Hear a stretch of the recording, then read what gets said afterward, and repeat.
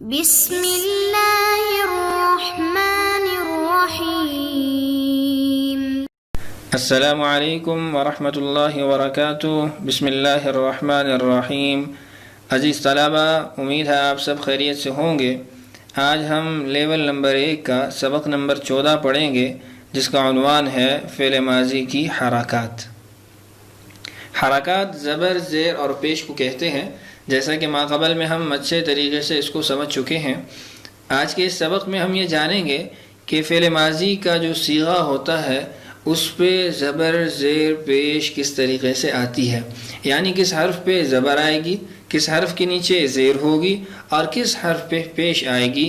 یہ آج کے ہمارے سبق کا عنوان ہے۔ تو آئیے بلا تاخیر اپنے سبق کی طرف بڑھتے ہیں اور معمول کے مطابق چند مثالوں سے بات کو سمجھنے کی کوشش کرتے ہیں۔ آپ اپنی اسکرین پہ چند جملے دیکھ رہے ہیں۔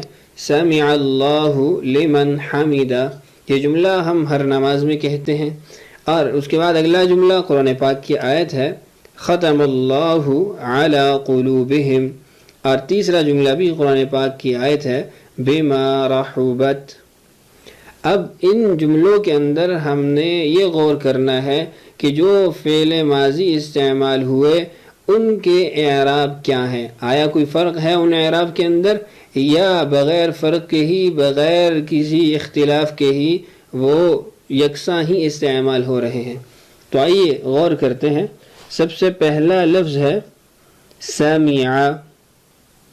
اب یہ فعل ماضی ہے، اس کے اعراب اگر ہم دیکھیں تو ہمیں اس میں پتہ چل جائے گا کہ زبر کہاں ہے، زیر کہاں ہے اور پیش ہے کہ نہیں ہے۔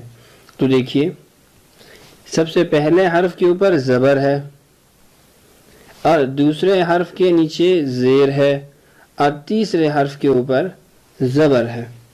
یعنی آپ یہ کہہ سکتے ہیں، جیسا کہ ہم نے پچھلے سبق میں جانا تھا کہ فا، عین، لام کلمہ ان کلمات کو کہا جاتا ہے، تو سب سے پہلے جو فا کلمہ ہے جس کو سین یہاں پہ آیا ہے اس کے اوپر زبر ہے، عین کلمے کے نیچے زیر ہے اور پھر لام کلمہ کے اوپر زبر ہے۔ اسی طریقے سے اسی جملے کے اندر ایک اور فعل استعمال ہوا ہے، حمیدہ۔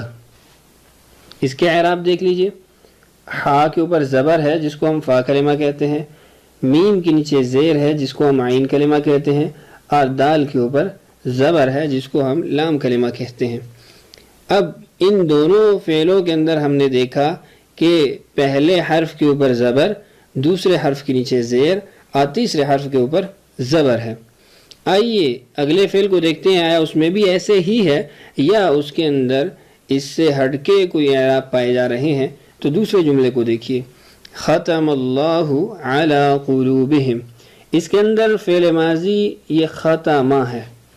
اب اس کے اعراب دیکھتے ہیں، پہلا جو حرف ہے اس کے اوپر زبر ہے، دوسرے حرف کے اوپر بھی زبر ہے اور تیسرے حرف کے اوپر بھی زبر ہے۔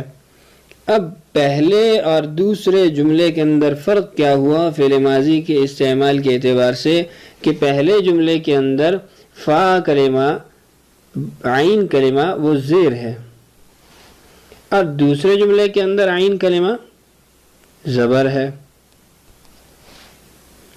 آئیے اب دیکھتے ہیں کہ یہ دو ہی فرق ہوتے ہیں زبر اور زیر کے، یا کوئی اور فرق بھی ہوتا ہے۔ تیسرے جملے کو دیکھ لیجئے، بما رحبت۔ اب یہ رحبت ماضی کا صیغہ ہے جو مؤنث کے لیے استعمال ہوتا ہے۔ اب اس کا فا کلمہ دیکھیے، اس کے اوپر زبر ہے، عین کلمہ دیکھیے اس کے اوپر پیش ہے، اور لام کلمہ دیکھیے اس کے اوپر زبر ہے۔ اب یہاں پہ تو بات پہلے دونوں سے مختلف ہے کہ درمیان والا جو کلمہ ہوتا ہے عین کلمہ، اس کے اوپر پیش آئی ہے۔ تو اس سے کیا معلوم ہوا کہ اس کے عین کلمے کے اوپر پیش آئی ہے۔ اب ان تینوں جملوں کے اندر ہمیں کیا بات معلوم ہوئی کہ پہلا اور آخری حرف، پہلا اور تیسرا حرف، ان کے اوپر ہمیشہ زبر ہی چل رہی ہے۔ تینوں جملوں کے اندر ان کے اوپر زبر ہی ہے۔ جو درمیان والا حرف ہے عین کلمہ جس کو ہم کہتے ہیں، اس کے اوپر کہیں زیر ہے، کہیں زبر ہے اور کہیں پر پیش ہے۔ تو اس سے آپ اچھے طریقے سے سمجھ چکے ہوں گے کہ پہلے اور تیسرے حرف میں کوئی فرق نہیں ہے اعراب کے اعتبار سے، اور درمیان والا حرف وہ تبدیل ہوتا ہے، کبھی زیر، کبھی زبر اور کبھی پیش۔ تو آئیے آگے اپنے سبق کی طرف بڑھتے ہیں۔ آپ اپنی اسکرین پہ دیکھ رہے ہیں فعل ماضی کے درج ذیل 3 وزن ہیں۔ وزن کس کو کہتے ہیں؟ وزن سانچے کو کہتے ہیں، اسٹرکچر کو کہتے ہیں کہ کچھ مخصوص سانچے ہیں جن کے مطابق ہی فعل آ سکتا ہے، اس کے علاوہ کسی سانچے میں فعل نہیں ڈھل سکتا۔ یعنی وہ 3 سانچے کون سے ہیں؟ فعل، فعیل اور فعول۔ فعل کی مثال ضرب۔ اب آپ دیکھ رہے ہیں فعل کے بھی تینوں حرف کے اوپر زبر ہے، ضرب کے بھی تینوں حرف پر زبر ہے۔ ضرب کا مطلب اس نے مارا۔ دوسرا سانچہ فعیل، اس کی مثال سمع۔ اب آپ دیکھ رہے ہیں فعیل کا بھی عین کلمہ وہ مکسور ہے، یعنی اس کے نیچے زیر ہے، اور سمع کا بھی جو عین کلمہ ہے وہ مکسور ہے، اس کے نیچے زیر ہے، اور اس کا ترجمہ ہے اس نے سنا۔ تیسرا سانچہ ہے فعول۔ اب اس کی مثال قاروبہ۔ آپ دیکھ رہے ہیں کہ ان دونوں کی جو عین کلمہ ہے وہ پیش ہے، یعنی مضموم ہے۔ تو یہ 3 سانچے ہیں، فعل، فعیل اور فعول، اور ان کی مثالیں ضرب، سمع، قاروبہ۔ ضرب کا مطلب اس نے مارا، سمع اس نے سنا، اور قاروبہ وہ قریب ہوا۔ تو یہ 3 اوزان تھے۔ اب آئیے آگے انہی مثالوں کو دیکھتے ہیں کہ ان سانچوں کے اعتبار سے وہ مثالیں کس کے موافق ہیں، کس سانچے میں ڈھلتی ہیں۔ تو آئیے پہلے والی مثالوں کی طرف دوبارہ بڑھتے ہیں۔ آپ اپنی اسکرین پہ انہی جملوں کو دوبارہ لکھا دیکھ رہے ہیں، اور اس کی ابتدا کے اندر سانچوں کو بھی متعین کر دیا گیا ہے۔ سب سے پہلا سانچہ ہے فعل، تینوں حرف ان کے اوپر فتحہ ہے، زبر ہے، ختم۔ دوسرا سانچہ فعیل، اور اس کی مثال سمع۔ اور تیسرا سانچہ فعول، اور اس کی مثال رحبت۔ اچھا، یہ جو 3 سانچے ہیں ان میں جو سب سے زیادہ استعمال ہے جس سانچے کا وہ ہے فعل۔ ہم نے ترتیب کے ساتھ آپ کے لیے لکھے ہیں، سب سے زیادہ استعمال اس کا ہے، اس سے کم استعمال یہ دوسرے سانچے کا ہے فعیلہ کا، اور سب سے کم استعمال وہ تیسرے سانچے کا ہے فعولہ۔ اب یہ 3 سانچے تھے اور ان کے استعمال کی کثرت اور قلت بھی آپ کو بتا دی گئی۔ اب آئیے ان سانچوں کی پوری گردان دیکھتے ہیں تاکہ آپ کے لیے سبق اچھے طریقے سے سمجھنا آسان ہو جائے۔ آپ اپنی اسکرین پہ چند گردانیں لکھی دیکھ رہے ہیں۔ سب سے پہلی ہے جلسہ، وہ بیٹھا۔ اب جلسہ کون سے سانچے سے ہے؟ فعل۔ اب اس کو پڑھ لیتے ہیں، جلسہ، جلسہ، جلسو، جلست، جلستا، جلسنا، جلستا، جلستما، جلستم، جلستی، جلستما، جلستن، جلستو، جلسنا۔ اب اس کے ساتھ اس کے صیغے کی نوعیت بھی لکھی گئی ہے، اور معنی آپ کو خود ہی آ جائے گا، چونکہ صیغے کی نوعیت لکھی گئی ہے اس سے آپ خود بھی معنی کر سکتے ہیں۔ جلسہ کا معنی ہوگا وہ ایک شخص بیٹھا، جلسہ وہ 2 شخص بیٹھے، جلسو وہ سب شخص بیٹھے۔ اسی طریقے سے آخر تک آپ اس کا ترجمہ کر لیں گے۔ دوسرا سانچہ کون سا ہے؟ شریبہ۔ شریبہ یہ فاعلہ والا سانچہ ہے۔ شریبہ، شریبا، شریبو، شریبت، شریبتا، شربنا، شربتا، شربتما، شربتم، شربتی، شربتما، شربتن، شربتو، شربنا۔ اب اس کا ترجمہ بھی آسان ہے آپ کے لیے۔ شریبہ کا مطلب اس ایک شخص نے پیا، شریبہ ان 2 شخصوں نے پیا، شریبو ان سب شخصوں نے پیا، اور اسی طریقے سے آخر تک آپ اس کا ترجمہ کر لیں گے۔ تیسرا لفظ ہے کثورہ۔ یہ ہمارا سانچہ ہے فاعولہ، اور یہ بہت ہی کم استعمال ہوتا ہے۔ اس کے اندر جو گردان ہے وہ ہے کثورہ، کثورا، کثورو، کثورت، کثورتا، کثرنا، کثرتا، کثرتما، کثرتم، کثرتی، کثرتما، کثرتن، کثرتو، کثرنا۔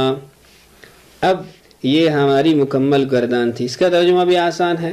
کثورا وہ ایک شخص زیادہ ہوا، کثورا وہ 2 شخص زیادہ ہوئے، یعنی مذکر کی بات ہے۔ کثورو وہ سب شخص زیادہ ہوئے۔ تو اسی طریقے سے آخر تک ترجمہ چلے گا. آپ کو اس پہ تو حیرت ہو رہی ہوگی کہ کسورا وہ ایک شخص زیادہ ہوا، یہ کیا مطلب ہے؟ یہ فعل اور طریقے سے بھی استعمال ہوتا ہے، یعنی صرف مرد ہی مذکر نہیں ہوتے، دیگر چیزوں کے اندر بھی، غیر ذوی العقول چیزوں کے اندر بھی، یعنی جن کو عقل نہیں ہوتی ان کے اندر بھی مذکر اور مؤنث پائی جاتی ہے. اس فعل کو عام طور پہ وہیں استعمال کیا جاتا ہے. مثال کے طور پہ کہا جاتا ہے کسورا مالہ، اس کا مال زیادہ ہوا. اب یہ واحد مذکر غائب کا صیغہ ہے لیکن مال کے لیے استعمال ہوا تو ہمیں اس کا معنی بھی، مفید معنی بھی حاصل ہوا اور صیغہ بھی واحد مذکر غائب کا استعمال کیا. تو یہ تھا آج کا ہمارا سبق کہ ہم نے یہ جانا کہ فعل ماضی کے اعراب کن کن صورتوں میں آ سکتے ہیں، وہ مختلف صورتیں ہم نے جانی اور اس کے ساتھ ہم نے ان کی گردانیں بھی پڑھی اور سانچوں کے مطابق ہم نے افعال کی مثالیں بھی دیکھیں. تو آئیے اب اپنی مشق کی طرف بڑھتے ہیں. آج کی مشق ہماری اس کے اندر ایک ہی سوال ہے کہ درج ذیل افعال کی گردانیں بمع ترجمہ لکھیں. ان افعال کی گردان لکھنے کے آپ کو بہت زیادہ فوائد حاصل ہوں گے.